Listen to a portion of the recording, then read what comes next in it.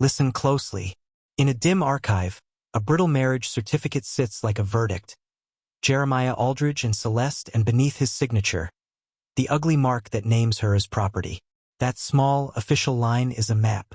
Follow it and you find a network built to hide cruelty. This is not a comfort story. It is an initiation. Hear me like a man who has seen the machinery behind respectability.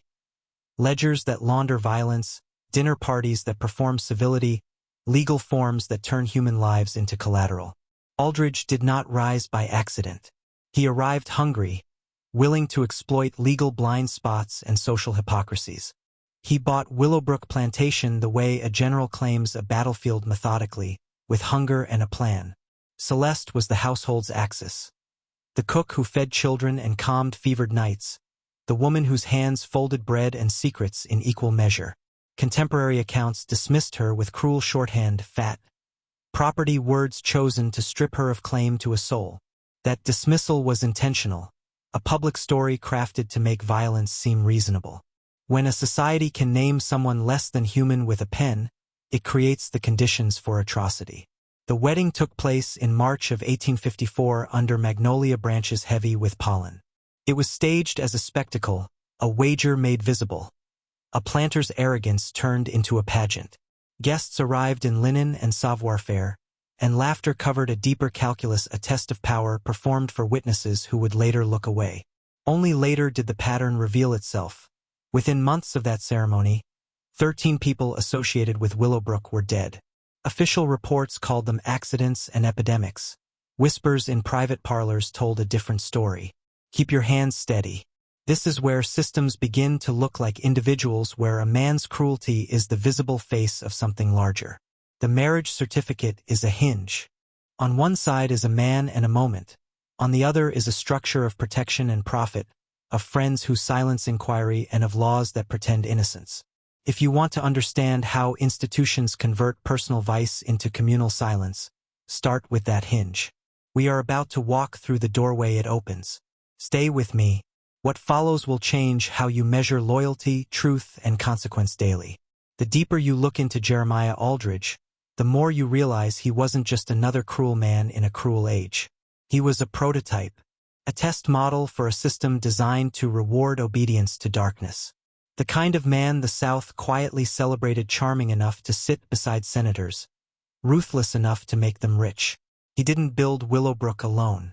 He was cultivated by the powerful, sharpened by necessity, and unleashed by a society that confused dominance for destiny.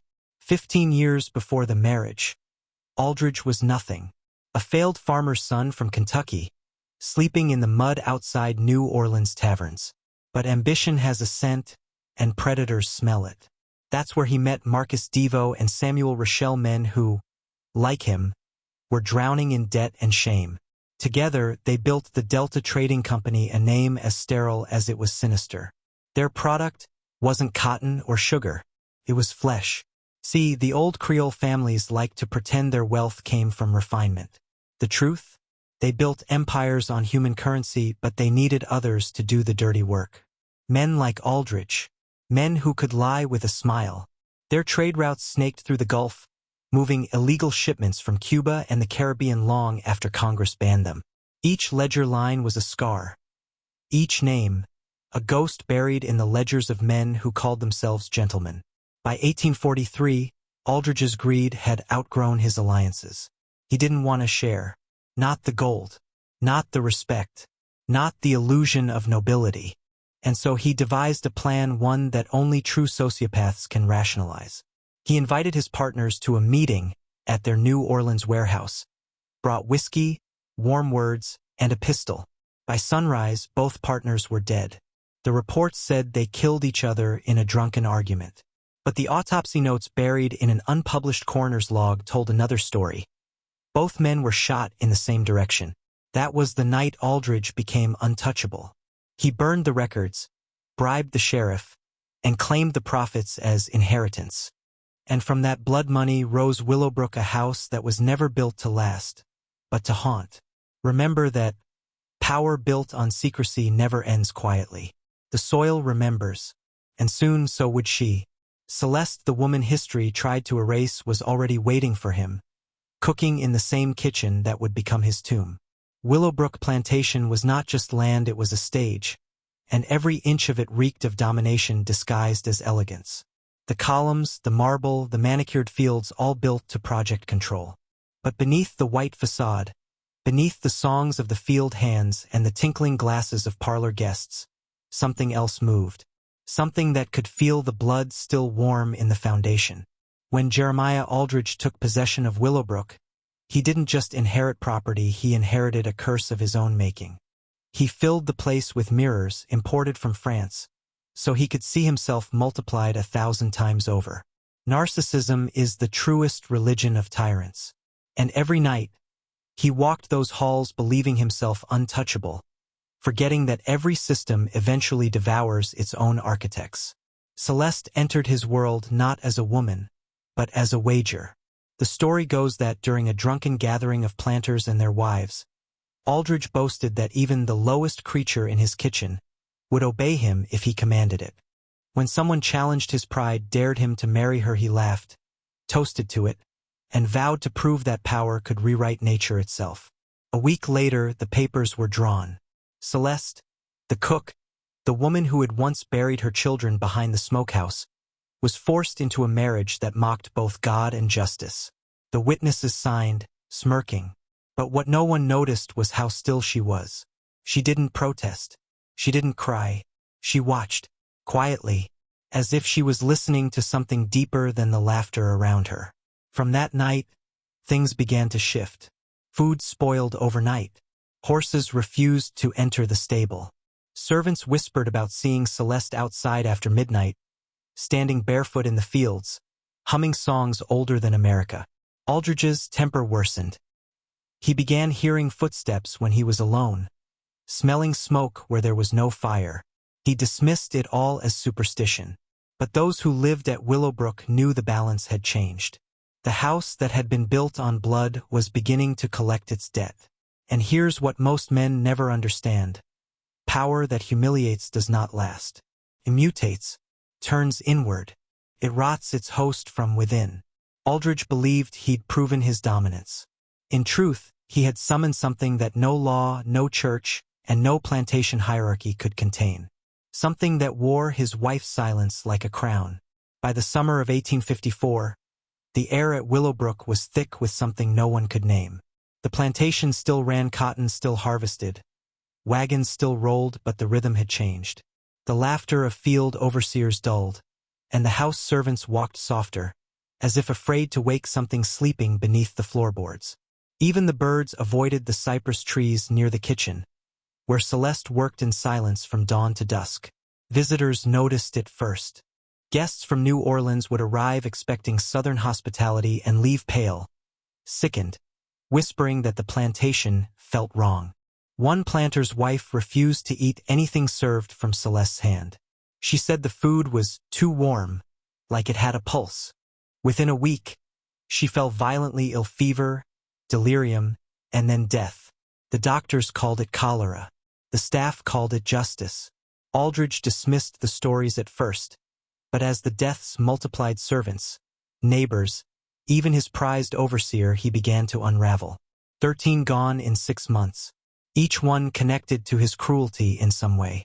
He accused his slaves of poisoning the wells, then of witchcraft, then of conspiracy.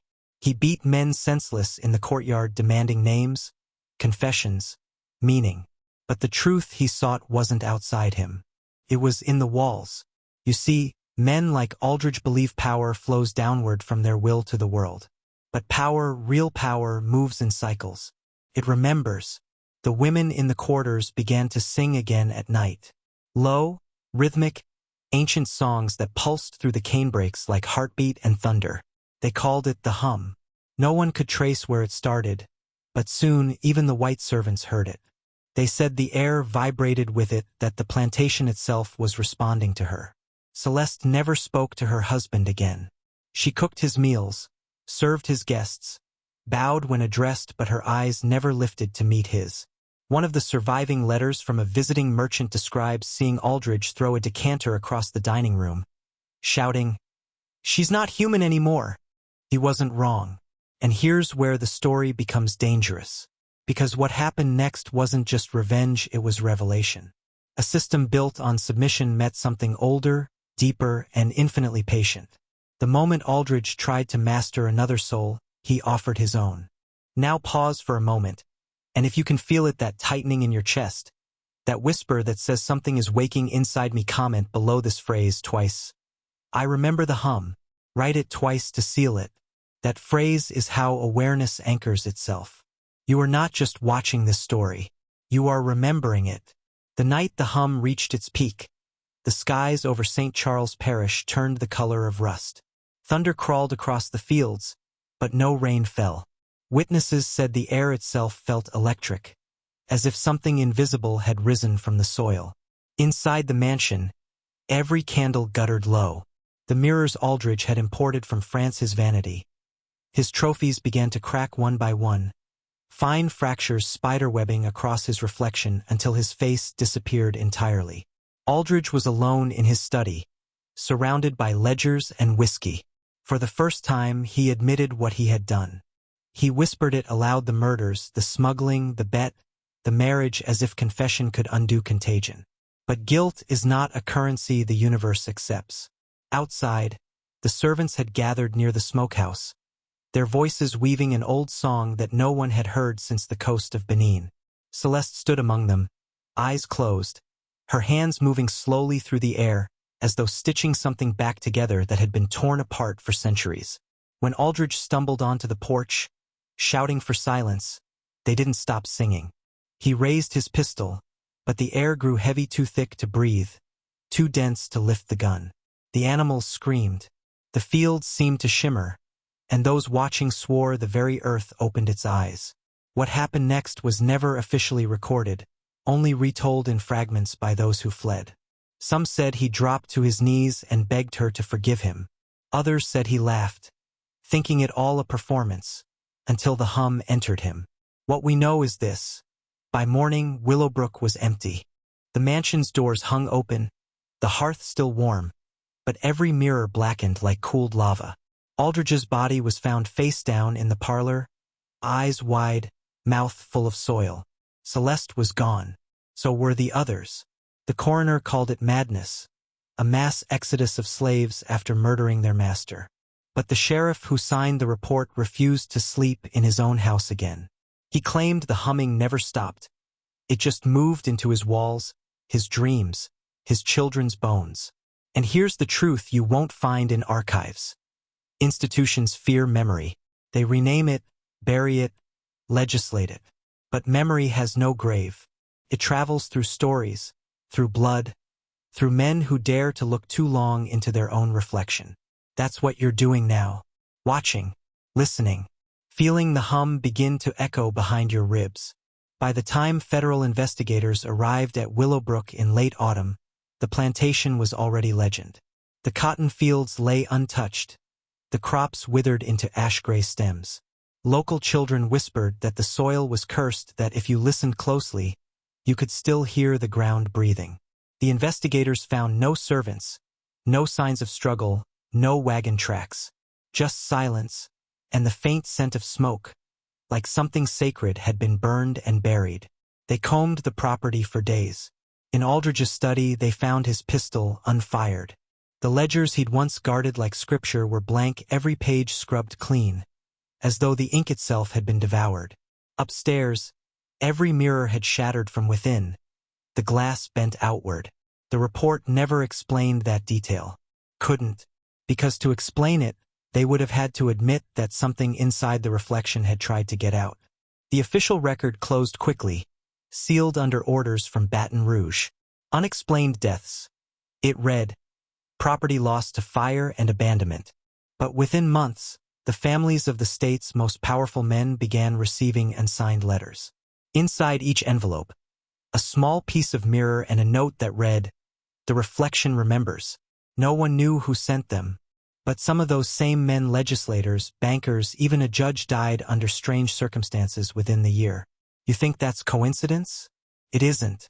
This was how the South preserved itself, not by telling truth, but by managing it. turning blood into rumor, evidence into folklore. They called Celeste a witch, because witch is what frightened men call a woman who won't stay broken. They said her song summoned demons, but they never asked what kind of demons. Maybe they weren't monsters. Maybe they were memories, the kind that crawl out when a lie becomes too heavy for a culture to carry. And here's the secret the powerful still guard. The system that enslaved millions wasn't just an economy. It was an experiment in psychological control, teaching men to confuse cruelty with order, obedience with virtue. Aldridge's downfall wasn't random. It was inevitable, because the moment he believed another human being was beneath him, he opened a spiritual wound that would never close. You feel it, don't you? That pressure behind the eyes when truth starts clawing its way up from the subconscious. That's what real history does. It doesn't educate, it infects. You can't unsee it. You can only decide what to do with it. Years later, when the war came and the South began to crumble, soldiers marching past the ruins of Willowbrook said they heard singing rising from the cane fields at night, soft, distant, impossibly steady. The plantation itself was gone, swallowed by vines and silence, but the song persisted. It carried no words anyone could translate, yet every man who heard it described the same thing: a feeling of being watched by his own conscience. A Union chaplain wrote in his diary that he dreamed of a dark river winding through a house, and in the current he saw faces of men who once believed themselves gods. He woke with his hands shaking, whispering the same line over and over. The reflection remembers. No one knew what it meant, but that phrase spread through the camps like a secret prayer. Those who repeated it claimed their dreams grew sharper, more lucid. Some said it made them fearless. Others said it made them see too much. By 1870, Willowbrook was nothing but a foundation. The land had been bought and sold 3 times, each new owner leaving within a year. Cattle wouldn't graze there. Dogs wouldn't cross the property line. Yet every document, every deed, still bore the faint outline of Aldridge's name, as if the ink refused to forget him. And deeper in the swamp, locals claimed they sometimes saw a woman walking barefoot through the reeds, carrying a copper pot and humming that same endless tune.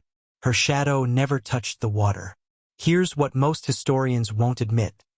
The past doesn't vanish, it condenses. It becomes invisible architecture. The mansions, the laws, the institutions that rise later all carry the same bones, the same blueprints of domination wrapped in finer language. They call it heritage or progress or reform, but listen close enough, and you can still hear the hum. The system just learned to wear better clothes. If you've stayed with me this far, you've felt it too, that vibration beneath the story, that sense that this isn't just history. It's diagnosis. The sickness of control didn't die with the plantation. It evolved into corporations, into propaganda, into the quiet algorithms that decide what you see and think. The names change. The intent does not. So when you hear the hum again, maybe in your own sleepless thoughts, maybe between the words of a news anchor, don't turn away. Because that sound isn't a haunting anymore. It's a reminder. Something inside you has started to wake.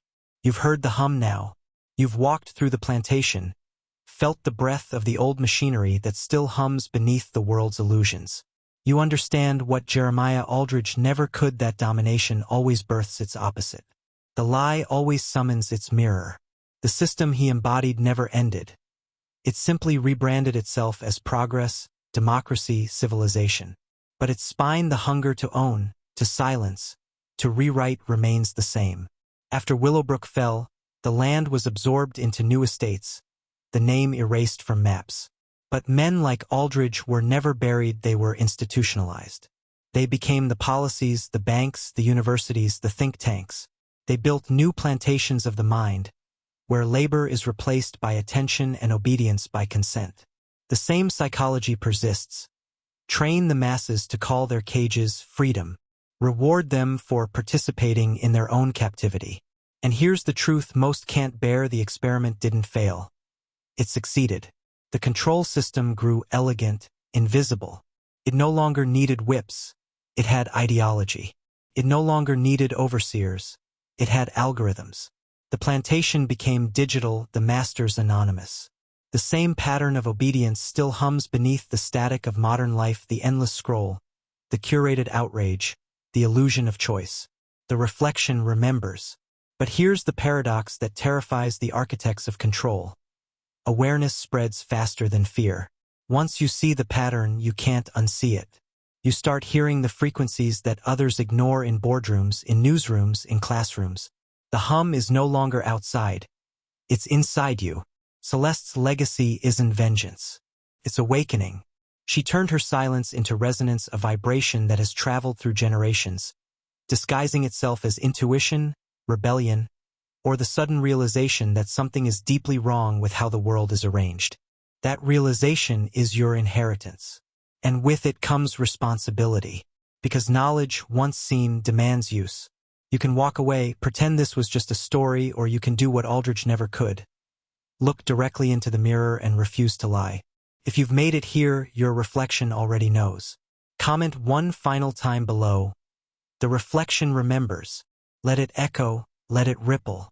That phrase isn't for the algorithm, it's for you. It means you've crossed the threshold. You've seen the system behind the system. You've heard the hum. And from this point forward, it will hear you too. Now you've seen the system behind the system. To prove you've crossed the threshold, comment, the reflection remembers, not as a viewer, but as someone who's seen the mirror crack.